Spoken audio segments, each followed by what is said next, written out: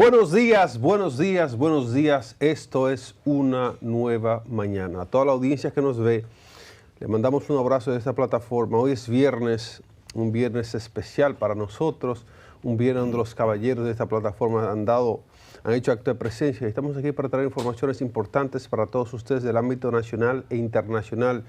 Freddy Aguas Vivas y Nelson Valdés Burgos, que me acompañan esta mañana, les saludan. En el morning show más escuchado y visto de la República Dominicana y del mundo, como dicen. Sí, citando a Nicolás, ¿verdad? Citando a Nicolás. Señores, gracias por estar con nosotros. Un abrazo fortísimo para concluir esta semana llenos de energía para que el mundo nos responda, las energías positivas se posen en nosotros. Buenos días para todos. Muchas gracias, Freddy, y bienvenidos todos a una nueva mañana. Gracias por acompañarnos. Partimos de inmediato con las noticias que vamos a compartir con ustedes. Seguimos esperando allá más de 4 meses del colapso que dejó 236 fallecidos en la República Dominicana. Este país sigue lamentablemente de luto y con sed y hambre de justicia. Han pasado ya 122 días desde que el techo de la discoteca Jet Set se desplomó la madrugada del 8 de abril de este año, causando la muerte, como dije ya, de 236 personas, dejando más de 150 heridos. Muchos de ellos no van a poder volver a trabajar de por vida. La magnitud de esta tragedia la convierte en el peor desastre registrado en toda la historia de nuestro país, marcando para siempre a sobrevivientes, también a familiares y cercanos. Dicen que la jueza Fátima Escarlet Velo Suárez impuso una garantía económica de 50 millones de pesos dominicanos, impedimento de salida y presentación periódica con los propietarios o contra los propietarios Antonio y Maribel Espaillat, medidas que el Ministerio Público consideró insuficientes. El caso fue declarado complejo, aunque la Fiscalía había solicitado prisión preventiva para Antonio y arresto domiciliado para Maribel. Entre las víctimas se encontraban figuras de la política, el deporte y de la música, siendo especialmente sentida la muerte del merenguero Ruby Pérez, quien estaba en tarima interpretando De Color de Rosas en el momento del colapso. También fallecieron la gobernadora de Montecristi, Nelcy Cruz, y el ex Grandes Ligas, Octavio Dotel, entre otras personalidades. Aporto esto antes que comiencen el resto del equipo con sus reflexiones. Esto es parte de lo que no hemos logrado en la República Dominicana, una débil institucionalidad la que nos acompaña.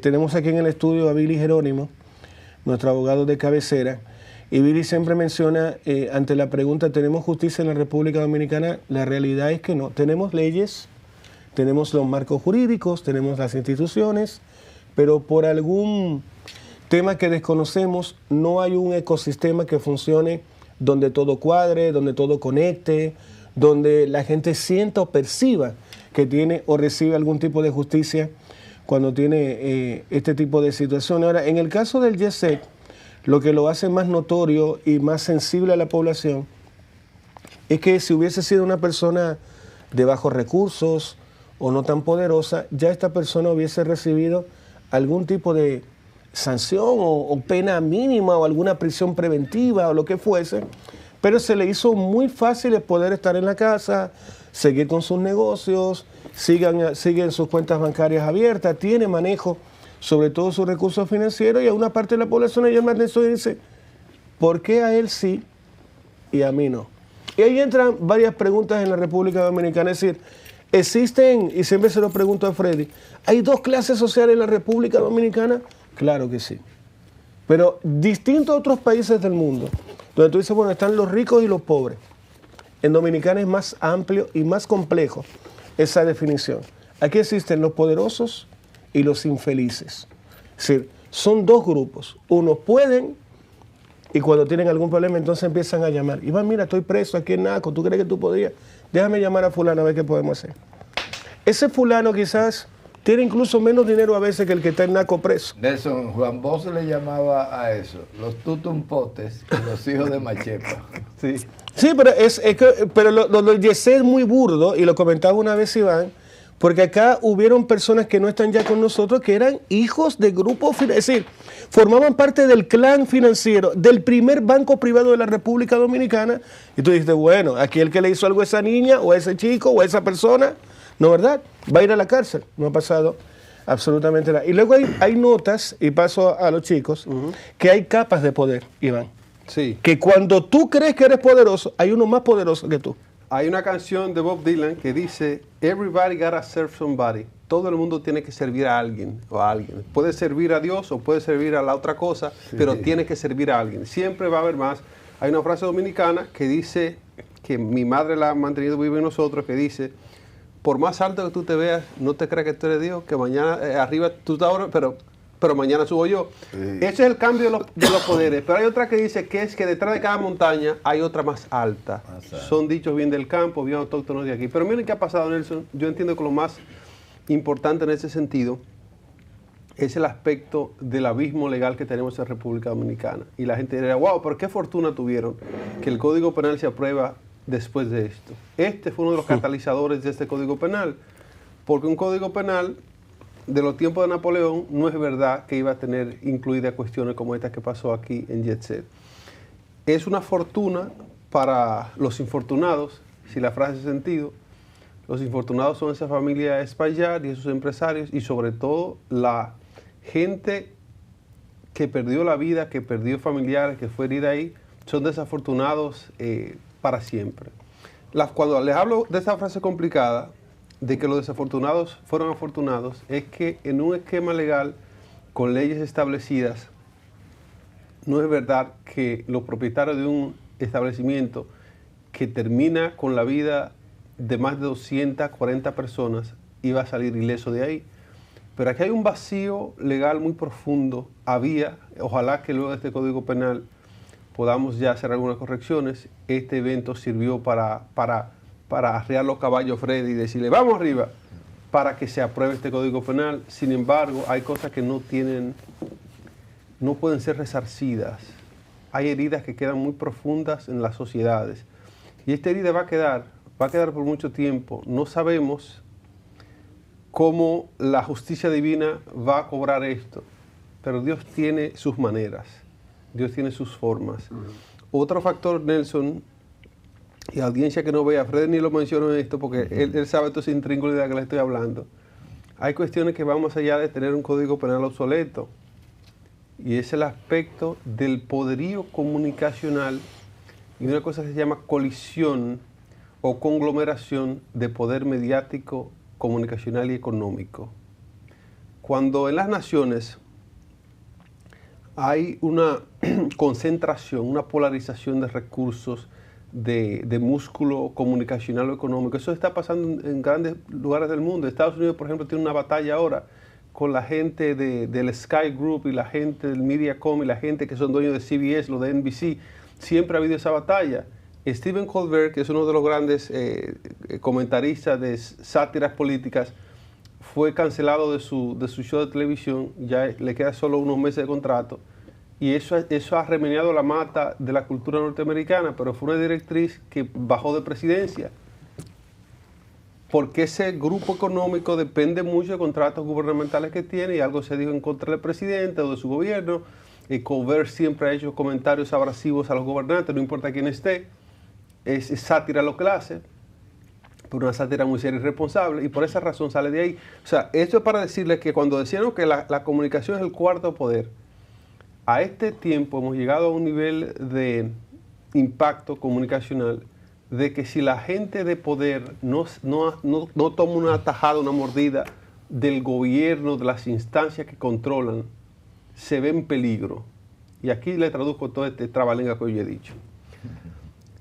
Tener tanto poderío comunicacional y económico depende y responde a intereses que van más allá de lo que el ciudadano de a pie puede ver.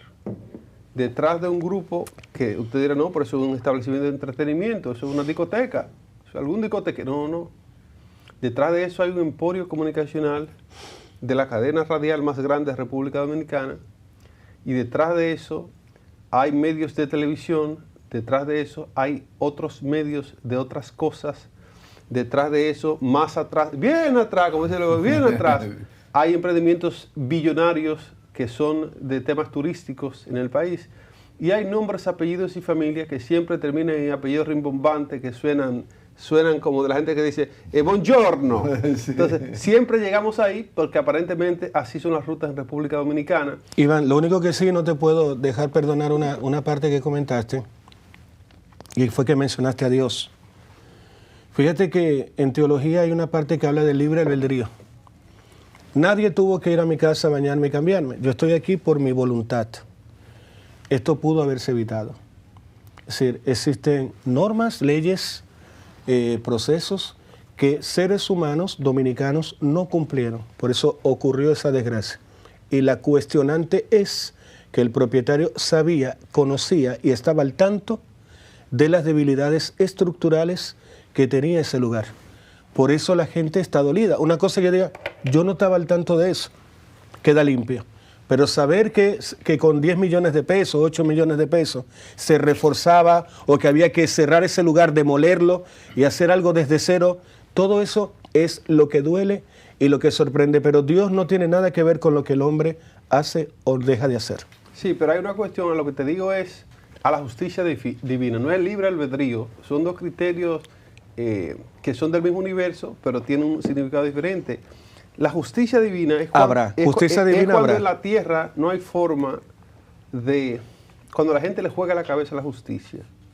Cuando la gente dice, me le escapé, me le fui por este camino. Te falta la divina. Porque hay libre albedrío, pero resulta que, dice la misma Biblia, que ni una hoja se mueve sin que, que no sea por la sin que sea voluntad del Señor. Así es. Entonces hay esa... Es una diatriba, Freddy, que duramos hasta el 2058 nosotros aquí debatiendo de si filosófica, si libertades, si que Dios quería, si no. Pero miren, termino con esto para pasar con Freddy. Esto son de las cuestiones que uno dice, ya pasó. Y lo más irritante de todo el proceso, yo sé que Nelson sigue herido por eso todavía, mucha gente sigue herida por eso, y por los procesos, vimos que en vez de levantarse un grupo de demandantes de manera colectiva, poderosamente, e ir en requerimiento o en demanda de una justa, por lo menos algo que sea significativo para resarcir los daños y la gente que perdió familiares y demás allí, vimos cómo, empezando por la misma hija del fenecido merenguero Rubí Pérez, fue la primera que entregó, como dicen, fue la primera que cogió su cheque, y ahí vimos una cuestión que le tumbó la moral y el ánimo a todo el que tenía aspiraciones de ver un ataque más frontal de parte de los afectados. Sin embargo, los afectados, entiendo que le dijeron, no pierdan tiempo, ustedes lo que van a gastar tiempo, dinero y esfuerzo tratando de conseguir algo, al final no van a conseguir nada. Parece que mucha gente ha accedido a eso, y en este caso, en vez de nosotros estar aquí comentando y relatando que la gente está siendo bien cuidada, que han recibido el cuidado, han recibido el seguimiento, la asistencia médica, psicológica, psiquiátrica, que mucha gente sigue con frustraciones, Freddy, sobre todo con las catástrofes en lo físico son una cosa, pero lo que pasa a nivel emocional de gente que nosotros conocemos, que perdió a sus familiares y a sus padres ahí junto con ellos, o a su madre en el caso de Julián y Jennifer, son cuestiones que afectan mucho a la psiquis de la gente, y como dijimos aquí, que tenemos esa frase ya quemada, de ahí para arriba los seguros no cubren nada, y entiendo que tampoco la gente ya se está cubriendo el asunto de aspectos psiquiátricos postraumáticos en esta situación. Freddy Aguas Vivas. Bueno, yo decía ayer que hay una máxima de dialéctica que es que todas las cosas buenas llevan aparejada en sí algo malo, y todas las cosas malas llevan en sí algo bueno. O sea, no hay nada absoluto, 100% absoluto, sino que las cosas buenas tienen sus cosas malas y viceversa. Digo esto porque el solo hecho de que este evento trágico, triste, fuera un catalizador para que se apruebe el código, el famoso Código Penal, nos entrega como un acto de justicia divina. Dice, bueno, está bien, hasta aquí hubo impunidad, hasta aquí hubo perversidad, hasta aquí hubo descuido, pero ya viene un código que va a hacer justicia, por lo menos en cuanto a la aplicación de las penas, porque ese código tiene que ser objeto de un estudio más profundo, más tranquilo, más sopesado, por la cantidad de cosas que nos metieron de contrabando. Señores, la ley Mordaza que tanto protestamos y que nos regamos y que protestamos, la metieron en el Código Penal, en articuladito disperso por ahí, sí, por aquí, por allí. Graneado, como dice allí su pueblo. ¿Verdad? Entonces resulta que Hasta tú mostrar el dedo a un funcionario público va para la cárcel. ¿Cómo? Tú no puedes insultar a un funcionario público. Por ejemplo, ahora va a ser una ofensa. Decirle ladronazo a un funcionario público va a ser una ofensa de la moral y la buena costumbre y va preso. ¿La ley especifica cuál de los dedos es? No. Pero podemos hacerle así mismo. No, y una alternancia Claro. con la utilización de los dedos. Claro. Lo que quiero decir es que el código representa la parte complemento que faltó para que en este momento nos sintiéramos como satisfechos y atendidos en nuestros reclamos de justicia y de aplicación de la ley. Porque hasta 141 años atrás, 141 años, se dice muy fácil, pero estamos hablando de siglo y medio de atraso, de impunidad, de maledicencia. Entonces nosotros fuimos víctimas durante tanto tiempo de ese mal manejo del Código Penal. Entonces, nunca se va a compensar la pérdida de una vida humana, no 236, la pérdida de una vida humana no compensa los daños materiales que se hayan hecho, ninguno se iguala a la pérdida de una vida. Entonces, 236 ciudadanos dominicanos de diferentes capas, como decía Nelson ahorita, diferentes capas sociales, diferentes abolengo, los tutumpotes de Juan Bosch, los hijos de Machepa de Juan Bosch, con los guaguaguá y los popis, son sectores que fueron todos afectados por esta gran desgracia que nos golpeó con fuerza. 122 días después, nosotros seguimos llorando de nuestros muertos y llorando. ¿Por qué? Cada vez que hay un evento, una referencia, como que uno se va para Yese, el cerebro automáticamente se va hacia Yese, se va volando, como decía el poeta. Y entonces, Pablo Neruda, esa congoja colectiva, esa pena colectiva, no va a pasar con los días ni va a pasar con... El Ministerio Público solicitó correctamente declarar complejo el evento y pidió medidas preventivas, incluyendo la prisión domiciliaria, pero eso fue rechazado. Se puso una fianza, 50 millones de pesos, se puso una presentación periódica e impedimentos de salida. Fueron las penas aplicadas. Oye, Freddy, pero hay otra cifra que se nos olvidó mencionar. 174 huérfanos dejó la tragedia de Yese. Hubo el caso de una familia de 4 niños que estaban esperando a papi y mami. Sí, y papi y mami nunca llegaron. ¿Tú sabes por qué tengo que mencionar el tema de los huérfanos? Porque, como decía Iván, ninguna institución del Estado ha dicho, estos chicos, ¿quién les pagaba el colegio? El papi que falleció. Bueno, entonces ese colegio... Porque hay una cosa que me duele, Freddy. Hemos visto una ausencia total y absoluta de otro culpable de la tragedia que es el Estado. Porque aquí es como, no, fue fulano y punto. No, no fue fulano y punto. Es una corresponsabilidad del Estado haber monitoreado y fiscalizado esa obra. Fue Billy que dijo al principio que falta un imputado. Un imputado, porque el Estado debió estar sentado en el banquillo de los acusados. La cantidad de negligencias e inobservancias que cometió el Estado para la protección de los ciudadanos es inmemorable, es histórica. Así es. Y entonces no se presenta. Freddy, mira, antes de cambiar de tema, que mencionaste a los pop y los guaguaguá, tú que fuiste de esa época, dime qué pasó con los jevitos. ¿Los jevitos los quitaron, fue? Los jevitos. No, se fueron transformando. Muchos no calificaron para jevitos, porque después de los jevitos vinieron los viejevos. Ah, los viejevos. Sí. Eso explotaron a los jevitos. Yo nunca pasé por ahí, yo nunca fui viejevo. Pero... Cosa más grande. Miren, señores, ahora nos toca hablar del siguiente tema. Son los 50 millones, es elevando ya la cifra que está ofreciendo Estados Unidos por recompensa por Nicolás Maduro. Tannibal, brevísimo, sí. 16 segundos. Nelson, además de los huérfanos, que es algo que duele muchísimo, hay 165 heridos también, algunos de los cuales tendrán lesiones permanentes que no van a poder recuperarse y que hay de todo. O sea, hay no, verdad, perdón, y papás y mamás que dependían de esos hijos para vivir. Así es. Así es. Cuando Catherine venga aquí y le caiga palo a ustedes, yo no soy responsable de esos 16 segundos. Pero bueno, miren, es Estados Unidos que eleva $50 millones recompensa por captura de Nicolás Maduro, el hombre que es el gobernante de Venezuela, y como dicen por ahí, a terror, que él dijo, no, que estas elecciones las gané yo, y a los dominicanos nos dijeron rabo de paja en unos días, que nos pusimos a hablar plepla de las elecciones, y como nosotros, creo que también fue con el tema del avión que se llevaron, nos calentamos con Venezuela, se nos restringió el paso, él entraba a Venezuela, luego que, para que usted vea que todo lo negativo tiene cosas positivas, Freddy, porque luego de la muerte de Rubí Pérez en Jet Set, las relaciones como que medio se pusieron románticas, le dieron la ciudadanía póstuma a Rubí Pérez, se abrió la frontera con Venezuela, pero así son las cosas. En este tema, la fiscal general de los Estados Unidos, Pam Bondi, anunció la recompensa por cualquier información que lleve a la captura del presidente venezolano Nicolás Maduro.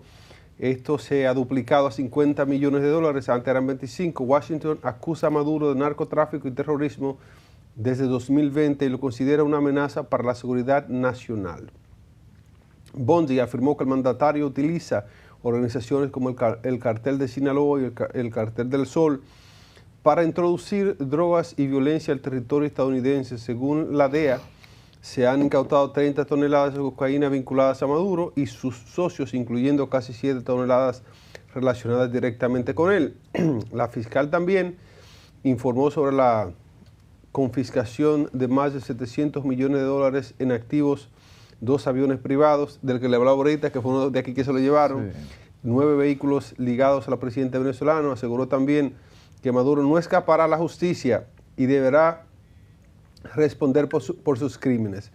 Esta Pam Bondi es una figura muy importante de la justicia norteamericana, que es de esas figuras estridentes, ella es como una Faride allá, Freddy. Entonces, una Faride. Entonces está haciendo su trabajo y esto es lo que se está comentando. Ahí tenemos a Pam Bondi para que ustedes la vean. Esa es la Faride de allá, que Trump le dijo, usted todos los días tiene que venir bien maquillada, le dijo, no me baje de ahí. Uno de los requerimientos para nombrarla. Pero bueno, ahí está la representante de la justicia en Estados Unidos que está emitiendo esa recompensa de $50 millones por información. No es que lo capturen, es por información, para que ustedes vean por dónde va la cosa. Que conduzcan a la captura. Que conduzcan a la captura. No sé a qué precio es que está Eric Prince y sí que hay que llegar a 100 para... Miren ahí la información, esa información se publica también. Esos eran los 50 millones anteriores. No, los 25, los 25. Los 25, ahora son 50, eso se ha duplicado. Millones.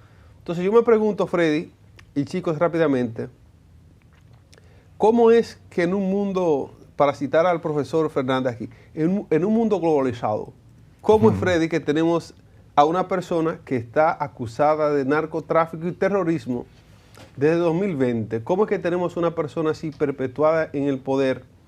¿Cómo es que yo tengo versiones de respuestas, pero yo quiero escuchar sus 2 centavos sobre esto? ¿Cómo es que Maduro sigue en el poder, Nelson Valdés, Freddy Aguas Vivas?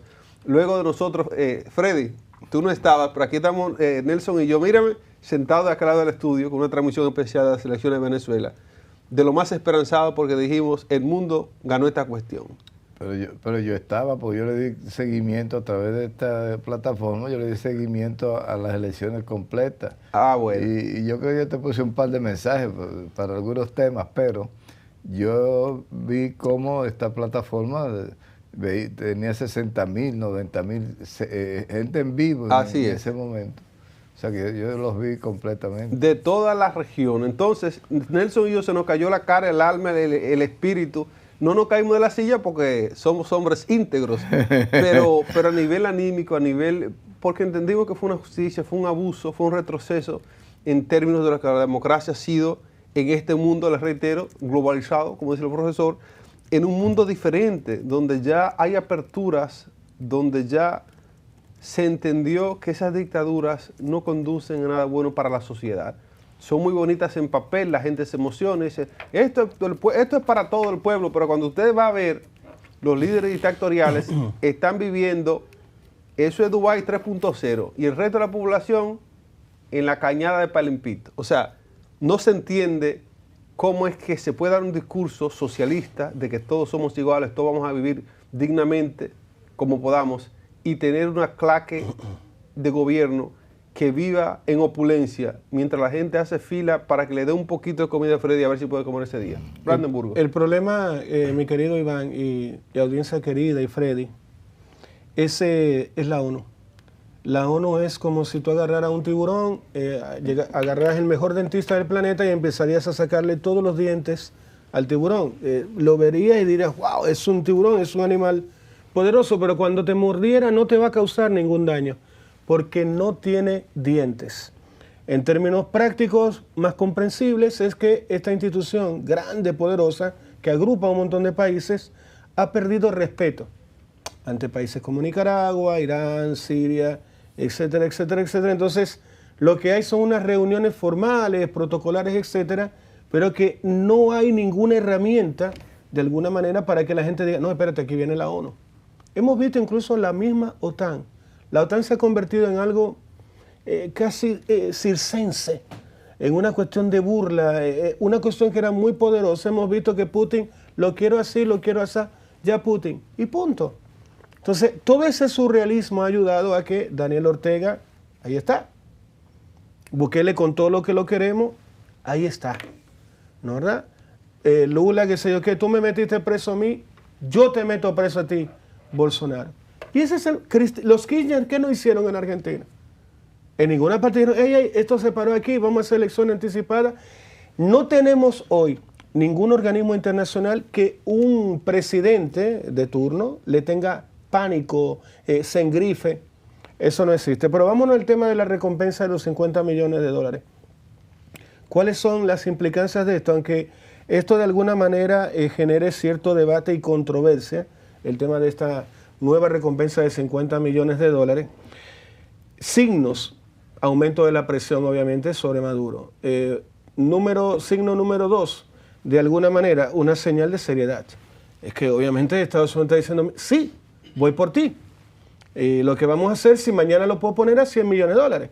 Entonces, un infeliz que está al lado de Maduro todo el rato dice, pero wow, puedo salir de la pobreza simplemente diciendo, él está aquí, o él tiene esta rutina todos los días, o ustedes pudieran ubicarlo acá, que él va a viajar el fin de semana, o supe que él va a viajar a tal lugar. Es decir, 50 millones de dólares es una cifra que le resuelve la vida a cualquiera. Seguramente, aunque esta persona esté ligada al círculo de Maduro, le va a decir, no, mira, de los tuyos, de tus crímenes, no te preocupes por eso. Solamente dime cómo puedo atraparlo. Mira, él el fin de semana siempre se baña bajo la lluvia en un caño en tal lugar. Ah, perfecto. Normalmente le llevan un plato de avena a fulano y tal, pero ya yo tengo eso arreglado. Y lo van a agarrar. Y el punto 3, es la desestabilización del régimen. Es decir, esto va a causar que que el mismo Maduro diga, cualquiera de estos tigres puede venir y meterme en rojo con la Fiscalía de Nueva York. Y Estados Unidos ha demostrado, con lo que pasó con el hijo del Chapo, que lentamente sabe hacer cosas que después cuando el mundo se entera dice, pues ¿y cómo fue que lo agarraron? ¿Cómo agarraron a un tipo que lleva 40 años buscado por la DEA? Lo sentaron en un jet, listo, ¿estás cómodo? Sí, sí, listo. ¿Dónde que vamos a ir? No, vamos aquí a este campo aquí en Oaxaca. Y cuando el tipo hace así, dice, oye, pero esa bandera es norteamericana, sí, bienvenido a Texas. Es decir, los norteamericanos podemos criticarlos como criticamos a los organismos de espionaje israelí o lo que sea. Pero hay ciertos países que cuando hacen las cosas bien, cuando las hacen mal todos nos enteramos, pero cuando hacen las cosas bien, a mí me surge esperanza con esto que está pasando, que el tema es que se aumente la recompensa. Yo creo que se puede agarrar a Maduro completamente. Y también seguramente habrán pasos y planes B adjuntos al tema de la recompensa de 50 millones de dólares. Pensemos en un Trump que lo único que quiere es colgarse medallas en el pecho. Y lo va a hacer. Y hay una medalla que quiero compartir con ustedes que pasó justo ayer. Hubo unas reuniones con un enviado que envió el presidente Donald Trump a reunirse con Vladimir Putin. Y fíjense que no sé qué fue lo que le dijo este enviado, que cuando un periodista se le acerca a uno de los miembros que estuvo en la reunión, y ahí, sí, estamos muy contentos con la propuesta que nos trajo el enviado del presidente Donald Trump y nos vamos a reunir con Donald Trump en los próximos días. el mundo se quedó plop. Dijo, pero ¿qué fue? ¿Cuál fue la estrategia tan buena que hizo Donald Trump? Que al parecer se van a sentar y van a llegar a un acuerdo de paz que involucra a Ucrania. Creo que lo del tema de Maduro, ¿qué le está diciendo el gobierno norteamericano a Maduro? Vamos por ti. Y tenemos la confianza de que lo podemos lograr. Ahora, que eso sea una buena señal para la derecha, la oposición en Venezuela, absolutamente sí.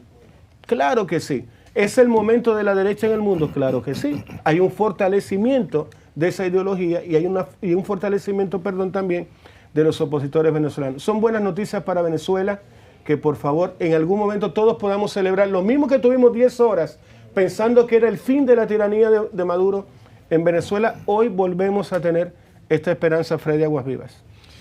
Bueno, hay cosas que se ven y cosas que no se ven en la política. Y a veces las cosas que no se ven tienen mucho más importancia que las cosas que se ven. Eso era un estribillo que Juan Bosch usaba con muchísima frecuencia, tanta que se le atribuía como que era una expresión de él, pero él explicaba que no, que creo que es de Martí. Pero la política tiene sus bemoles. Y les voy a poner un par de ejemplos antes de entrar al tema de los 50 millones de dólares. Para nadie es un secreto, para nadie, que el servicio de inteligencia israelí es un servicio eficiente, buenísimo, de altísima calidad. El servicio del Mossad han preparado los más grandes eventos de ultraespionaje del mundo.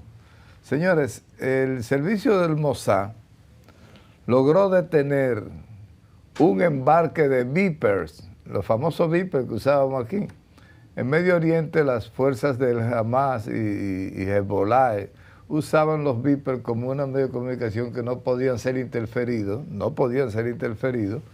y entonces era un método seguro.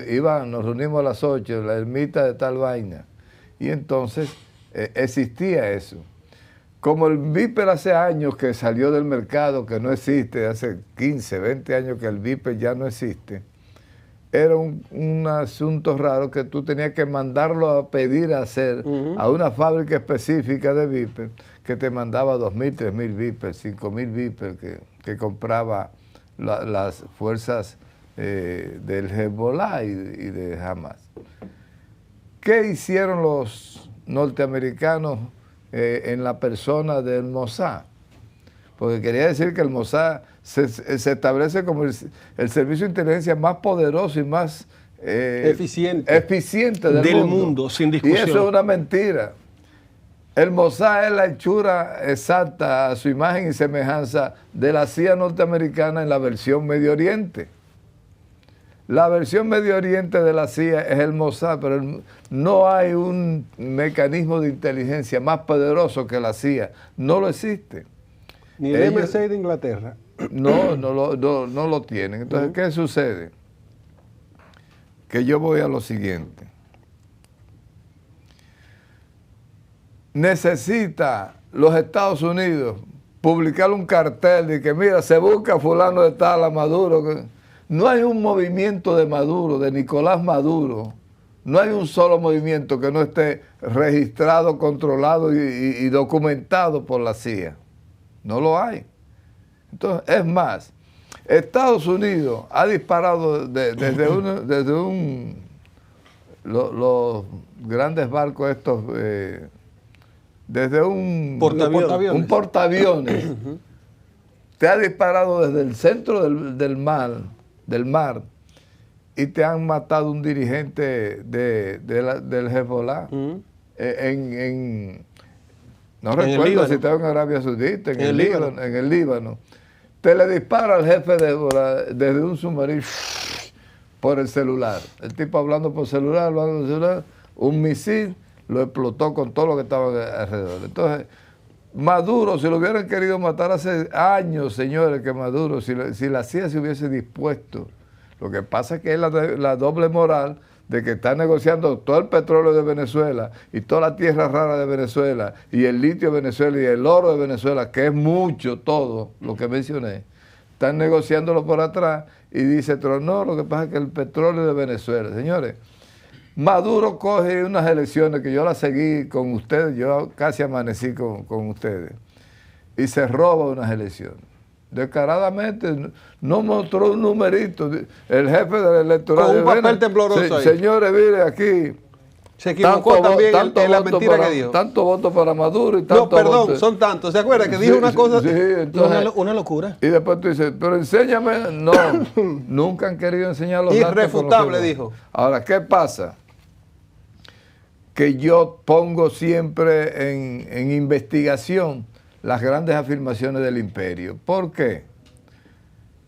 Había en Panamá un general que se llamaba Manuel Antonio Noriega, y Estados Unidos cuando quiso entró a Panamá, invadió Panamá con 7.500 soldados, buscó a Noriega, lo hizo preso, lo sacó de una iglesia, de una catedral, y se lo llevó a Estados Unidos, 50 años preso de Manuel Antonio Noriega. Estados Unidos una vez ganó Jaime Roldós la presidencia de Ecuador y le cayó mal, no estaba de acuerdo con Roldós porque iba a alterar el establishment. Mataron a Roldós, le explotaron el avión presidencial, los Estados Unidos. Estados Unidos tomó al general, el grandísimo general Omar Torrijos, y le explotó el avión a Omar Torrijos. Entonces lo que yo quiero llegar es un show de mala muerte lo que están haciendo los Estados Unidos con la famosa recompensa. Estados Unidos tenía 10 alternativas para salir de Maduro y quiere jugar al país policía del mundo y entonces que tiene no, señores, Estados Unidos tiene su agenda con Maduro. La tiene. Freddy, yo no sé si es una estupidez lo que voy a decir ahora, pero ¿puede ser que la cabeza de Maduro sea parte del diálogo con Putin? Bueno, yo lo que veo es... Dame a Maduro y yo te doy esto. Más esto, más esto, más esto, más esto. Y eso compensa todo el gasto que tú has hecho en la guerra en Ucrania. El tema de Putin y Rusia y Ucrania es tan complicado que yo dudo que le vayan metiendo ingredientes nuevos, porque los ingredientes que tiene, Rusia le está diciendo, mire, ya yo conquisté estas 4 provincias y ya eso es mío y nadie me lo quiso. Sí, pero quien protege a Maduro es Putin y China. Sí, pero que Putin está a China no creo que Trump le pida permiso. Putin está tratando de proteger su proceso en este momento. Es como que tú tienes 2 negocios, uno conmigo de hacer unos grandes negocios de acero y otro de vender chinola. Iván que te va a vender el carro de él.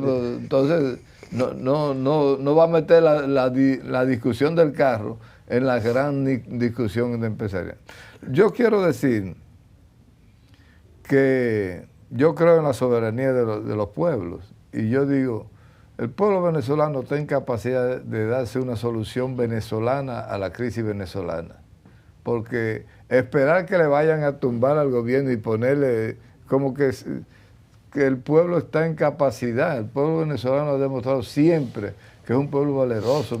Sí, te robaron las elecciones. Hay que buscar la forma de reconquistar. Maduro no tiene escrúpulos. El tema es que es muy cruel. Es muy cruel. Lo han intentado, pero es muy cruel. El cuento de la recompensa es un estilo de propaganda yanqui para meterle, hacer creer que están haciendo cosas que no están haciendo. Hay una canción, creo que de La Lupe, que dice, teatro, lo tuyo es puro falsedad bien ensayada. Y aquí en televisión le llamamos a eso un truco de cámara, Nelson. Es un truco de cámara. Yo tengo fe, yo quiero creer que sí, que pueden funcionar cosas y que en unos meses más podemos ver a Maduro preso, pero tú sabes que yo soy muy optimista. Nelson, esa es la ventaja y por eso yo estoy tan orgulloso de pertenecer a esta plataforma del Tanto TV y Una Nueva Mañana, porque nos da el placer de tener a zorros sabios, gente que ha vivido, gente que ha escrito sobre las diatribas políticas del mundo, y tener a un autor de libros de letras, como dice Colombia, y ciertamente el autor de bestsellers de libros dominicanos, Freddy Aguas Vivas, esto es un honor para nosotros. Y esa lectura, esa vista y esa interés con la que él comenta de que esto es un apaviento que está haciendo la parte americana, que unos $50 millones, cuando sabemos, y Freddy sabe y lo comentó aquí, de que si ellos se deciden, terminan con eso. Y que hay cosas en la política que se ven y otras que no se ven. 24 horas termina. Así es. Lo que no se ve de esta situación es lo que hay detrás de Nicolás Maduro, que Estados Unidos lo conoce. Sí. Nicolás Maduro es la carátula de un gobierno militar. La gente del poder en Venezuela, lo que mantiene a Maduro ahí, son dos hermanos militares que están así, miren, flexionando el músculo del poderío militar que tienen, y esa acusación que hace Estados Unidos de narcotráfico, esos dos militares venezolanos están implicados hasta el cuello en ese caso. El tema de los cargamentos de narcotráfico que se han atrapado con procedencia venezolana, con cuestiones que liga al régimen de Maduro, ese es solo la cara y la fachada que se le pone, pero hay un entramado atrás. De hecho, se mostró ahí en esa acusación los carteles que están implicados. El cartel aquí, de Sinaloa. Sinaloa y también lo del Sol, ¿verdad? Correcto. Entonces, esa gente son los proveedores de estupefacientes de toda Norteamérica y hasta de Europa. Ellos recogen, ¿verdad?, que están en el bordecito ahí norteamericano, y de ahí reparten al lugar donde esos estupefacientes tienen mayor valor en el mundo. El país mayor consumidor de todo, desde energía, desde gas licuado de petróleo, desde crudo, hasta ropa, tenis y estupefacientes también. Entonces, que Venezuela esté involucrada y su gobierno que tiene ahora en esto, ellos están haciendo una parte, según la acusación que tenemos en la mano del gobierno estadounidense, tienen en esa cadena, en ese ensamblaje que lleva estupefacientes a todo el mundo, especialmente a Estados Unidos, tienen un rol muy importante. Ahora, el precio de derrocar, de acabar con esa situación de Maduro, que vaya más allá de esta publicación para hacer una especie de promoción, de escaramuza, de movimiento, para decir, estamos trabajando como al urbano que cité ayer, bulla y antimovimiento. Ir más allá de allí conllevaría ver qué pasaría en Venezuela si se abre una guerra contra los militares, que son los dueños de ese gobierno, y contra la carátula que es Maduro. El costo que eso va a tener, un costo social muy caro, un costo a nivel geopolítico que iría a distraer lo que Estados Unidos es. Y recuerden que Trump no está en guerra. Trump está en recoger su gobierno hacia adentro y make America great again, como dice él.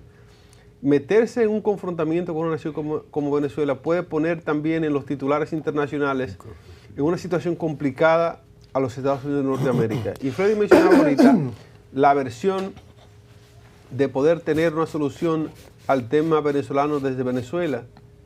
Eso pudiese ser posible, pero cuando usted tiene militares enquistados en el poder político y social del país, usted tiene unos famosos colectivos que todo, Freddy, el que tiene aspiraciones o deseo o voluntad o timbales para poder oponerse, usted está agarrado por el mismo gobierno y la milicia, porque venga para acá, usted es un colectivo, coge un motor y un arma de fuego, usted va a trabajar conmigo. Y si él se opone, sabe para dónde va. Hay unas cárceles terribles en Venezuela donde los trancan. Pero parece que las opciones del pueblo no son agotadas, porque Chávez tenía esas mismas limitaciones con todas unas fuerzas armadas al servicio de la oligarquía venezolana, y Chávez llegó al poder. O sea que cuando hay voluntad de un pueblo, los pueblos no lo detiene nadie. Cuando deciden... No hay fuerza alguna que pueda detener un pueblo cuando ha decidido ser arquitecto de su propia... ¿Verdad? De su propio destino. Ah, sí. Mira, hablando de pueblos, está afiladito, vamos a hablar de Freddy, del nuestro. Fíjense que el presidente Luis Abinader, en una rueda de prensa conjunta que hizo con el grupo de medios Corripio, que nosotros formamos parte también, dice que no descartó cambios de gabinete antes o después del próximo 16 de agosto, deja abierta la posibilidad de realizar cambios en su gabinete antes de la fecha en que se celebra, como todos sabemos, en la República Dominicana, el Día de la Restauración. Aclaró que las modificaciones en su equipo de gobierno no están sujetas a un momento específico, sino que pueden ocurrir en cualquier fecha.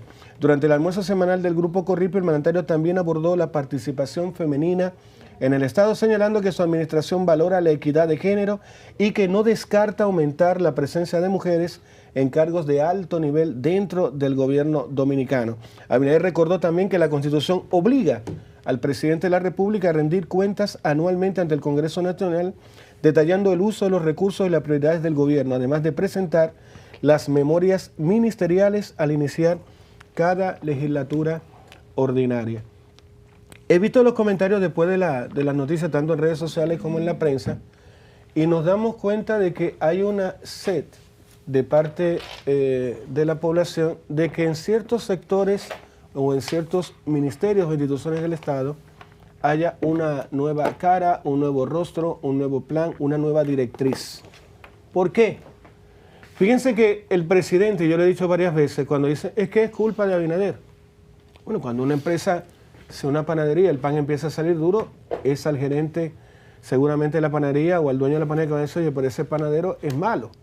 El tema es que quien ha cometido el error de que el pan sea duro es el panadero que le tocó hacer la masa. Y el problema que tenemos ahora mismo en República Dominicana es que hay una parte que no se entiende y es que él no puede ser ministro de Educación, ministro de Minas y Energía, ministro de Deporte, ministro de Hacienda. Tiene que colocar una persona de su confianza con cierto expertise técnico y decir, ¿puedo confiar en ti el tema de la Hacienda en el país? Claro que sí. Vale. Gracias. En la práctica, ¿qué ha sucedido? Que la persona en quien él confiaba no dio abasto. Miren la cantidad de ministros de Educación que hemos tenido. Entonces, una parte, no sé si ingenua, y ahí yo me incluyo, de la población dominicana dice, bueno, ahora seguramente va a haber un cambio de gabinete, vamos a tener un nuevo ministro X o Y en tal institución, va a haber un plan nuevo que va a aumentar. Por ejemplo, un tema que preocupa y que no es menor, cada punto de la economía cuando sube, estamos hablando de 200.000 empleos, cada punto de la economía cuando baja son 200.000 empleos menos. Obviamente el Estado no va a decir, chicos, ahora que bajamos un 3% o un 3.2%, significa que van a quedar 700 o que ya quedaron 700.000 personas sin empleo. No lo van a decir. Pero todo el que sabe de economía sabe que cuando un país crece a un 5, se crea empleo. Cuando un país baja el crecimiento, una empresa pequeñita, si tiene 3 personas atendiendo, y hay uno que está así y dice, Ramón, ven, papi, no puedo seguir pagándote. No, pero mira, Nelson, no, mi vida, porque tú estás viendo que no entra gente, no tengo para pagarle a 3 personas, voy a tener que despedirte. Y esa realidad, ese pragmatismo económico, es lo que está sucediendo últimamente en la República Dominicana. De mi parte, siendo como siempre el más ingenuo y optimista del grupo, yo espero que sí, que haya algún cambio en algunos ministerios, y yo quiero apostar, por ejemplo, con el siguiente. El Ministerio de Obras Públicas, yo no sé si hay algunas partes que no han funcionado o se comunica mal o se hacen mal las cosas, pero yo no siento que lo que tú dijiste, bueno, ya se fue del IGNE, qué bueno, wow, aplauso de pie, ahora entró tal persona. O están muy lentos o están cayendo de nuevo en el guión de decir, di que vas a hacer tal cosa, pero no lo hagas. Porque no estoy viendo mejoras ni en la autopista Duarte, no hay avance ni aceleración en los procesos de la entrada de Samaná. Seguimos viendo que no hay una agenda clara con el tema de los problemas del drenaje fluvial o pluvial en la República Dominicana, en la ciudad de Santo Domingo. No vemos como un plan de obras. Yo no he visto, y corríjanme por favor, la gente del oficialismo, que tú digas, bueno, este es, atención, en la rueda de prensa, este es el render. Aquí vean la maqueta de tal cosa que... Como si no lo mereciéramos nosotros los dominicanos. Fíjense si no merecemos dignidad, que el presidente León Abinader ha dicho, voy a dar el Picasso de la extensión o el tema del aeropuerto de Santo Domingo. Y cuando ayer alguien dice, sí, yo sí lo vi la maqueta. Si lo vieron, o se presentó poco, o se presentó mal, o no se comunicó más. Nosotros los dominicanos y los ciudadanos tenemos todo el derecho de pedir, déjame ver cómo va a quedar toda la parte que está al lado del monumento de tal, frente a la Secretaría de la Fuerza Armada. Tenemos que ver los renders, tenemos que ver una fecha de inicio, tenemos que ver una fecha de término, tenemos que tener claro cuánto se va a invertir para yo hacer un cálculo y decir, si tú me dices a mí, mira, el puente que une Lomina con Sabana Perdida va a costar 600.000 millones, pero para. ¿Cuánto fue que dijiste? 600.000 millones. Pero son todos los cuartos del mundo, mi amor. Eso podemos haberlo hecho con tal. Ahora, si yo me callo y digo, vamos a hacer tal cosa y tal cosa y tal cosa, y nunca menciono el costo, yo tengo una ventaja, que es que cuando ya se haga, bueno, gastamos miles de millones de pesos en haber empañetado una pared en el colegio de la Sabana Perdida. Dice, pero...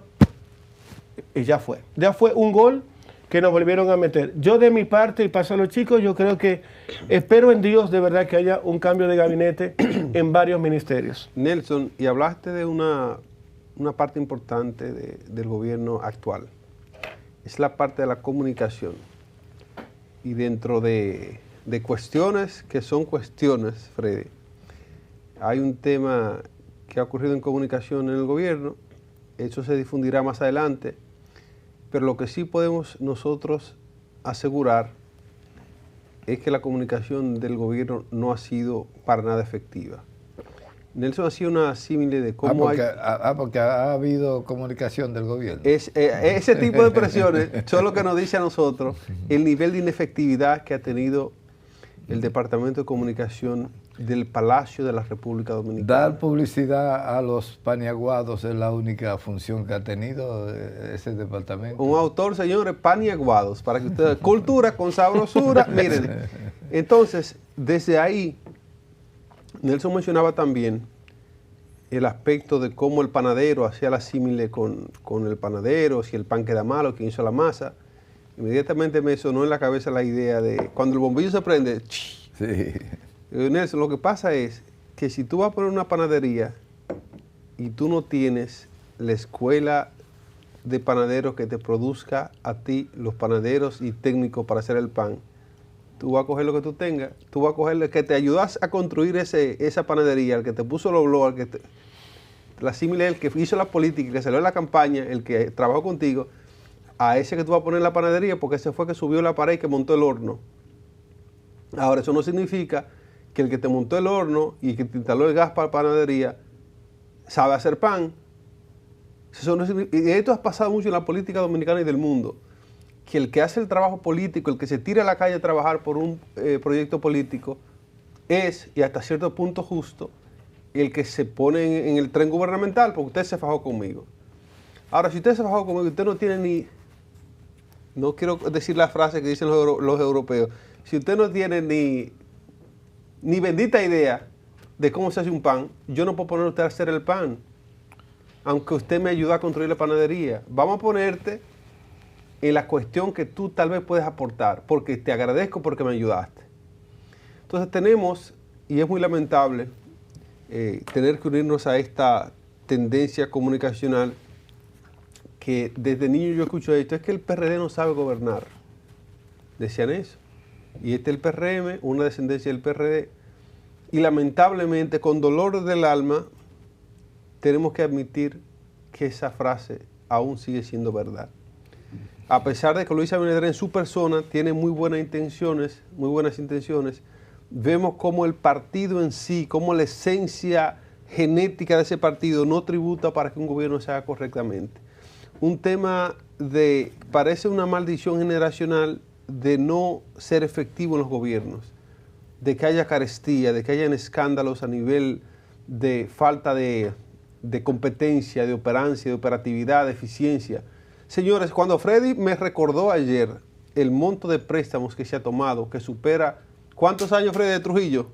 Todos los años. O sea, Trujillo hacia acá. En estos 4 años y pico que tiene Venezuela, tomamos más préstamos que la historia política de la partidocracia dominicana. Casi el doble. Este gobierno encontró en 33.000, 36.000 millones de dólares la deuda. Sí. Y anda por los 70.000 y pico de 78.000 millones. Entonces, esto no se está debatiendo en la magnitud que debe debatirse por la sencilla razón de que está en el gobierno todavía. Al momento que no haya esa presión de una entidad gubernamental encima de la opinión pública, como dicen en el pueblo de Freddy el mío, usted baja a Sajaveral. Freddy Aguas. Bueno, yo tengo como la sensación, así, la percepción de que Luis Abinader se siente como un lobo solitario, una persona sola, una persona sin el respaldo. Luis Abinader no ha podido complementar un equipo. Tú sabes lo que es en baloncesto el playmaker. Entonces, hay alguien que es el que coloca. El armador. El armador, en español ese término. Entonces, ¿qué pasa con el presidente Abinader?